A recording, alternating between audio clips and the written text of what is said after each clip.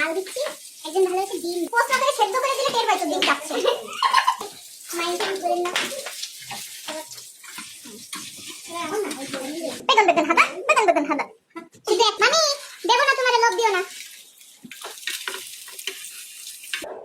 New স্টাইলের chicken কাটা veg veg করে মানে কাঁচাটা কেটে দিয়ে কাটে, আমি তাই রান্নাটা কেটে দিয়ে কাটি।